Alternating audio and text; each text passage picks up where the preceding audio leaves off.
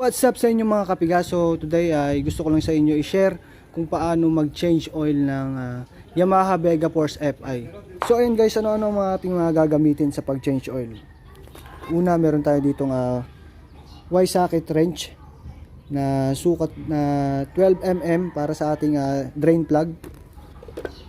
At isa pang Y-socket wrench para sa ating bolts ng cover ng oil filter na sukat na 8mm. Alright. At kailangan natin din ng imbudo para pagsali ng ating oil. Plies para sa ating oil cap. At sirang tabo. Yan, wala tayong nahanap na ibang container para sa ating used oil. So ayun, ang pinaka main ingredients natin ang Motol 4-stroke motor oil 3000 plus 10W40. So ayan, shoutout sa Motol.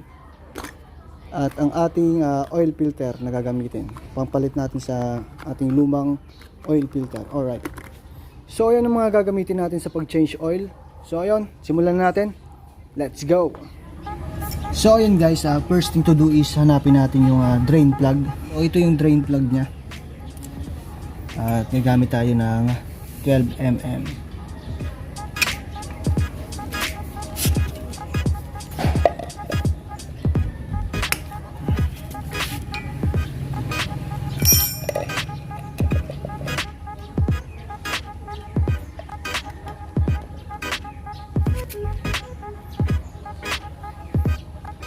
So ayun, habang dinidrain natin yung ating used oil, buksan na rin natin yung ating oil cap para mas mabilis na lumamig yung makina. Dahil ginamit ko siya kanina, so pinahinga ko muna siya ng mga 3 to 5 minutes. At yun.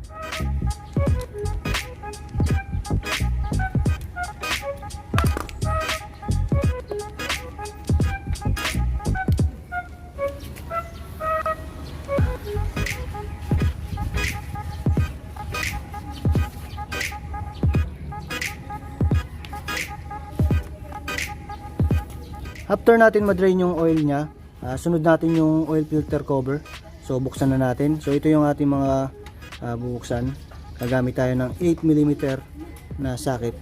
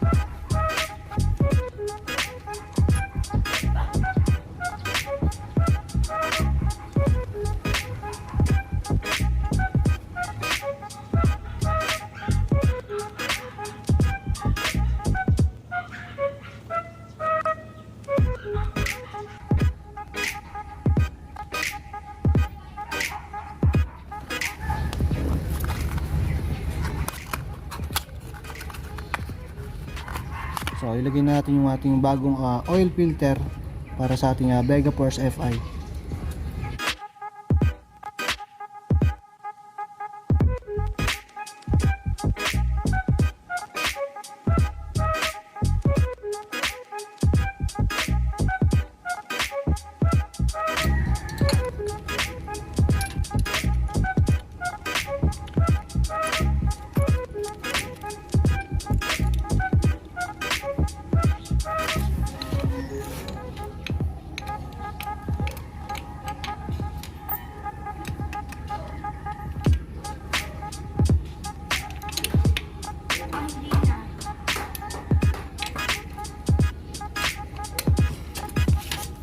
So ayan, after natin maisara yung ating cover ng oil filter, so huwag natin kalimutang isara ang ating drain plug.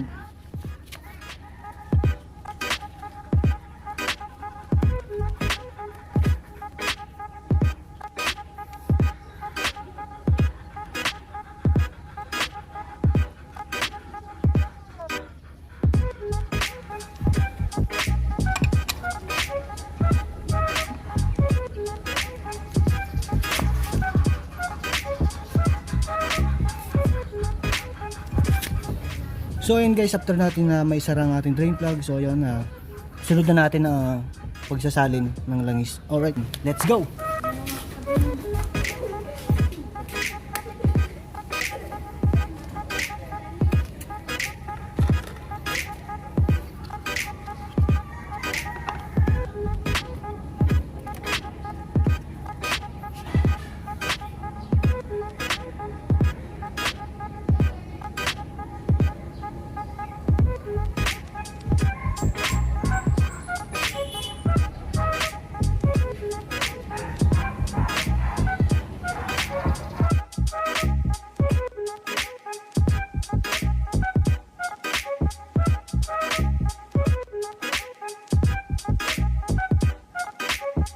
So ayun guys, ang nabili ko nga palang motor ay 1 liter. So ang kailangan lang natin sa makina ay 800 ml lang kung hindi tayo magpapalit ng oil filter. At yun, at kung magpapalit naman ng oil filter ay 850 ml. So according nyo sa manual. So kailangan natin sumunod para sa ikabubuti at ganda ng takbo ng ating motor.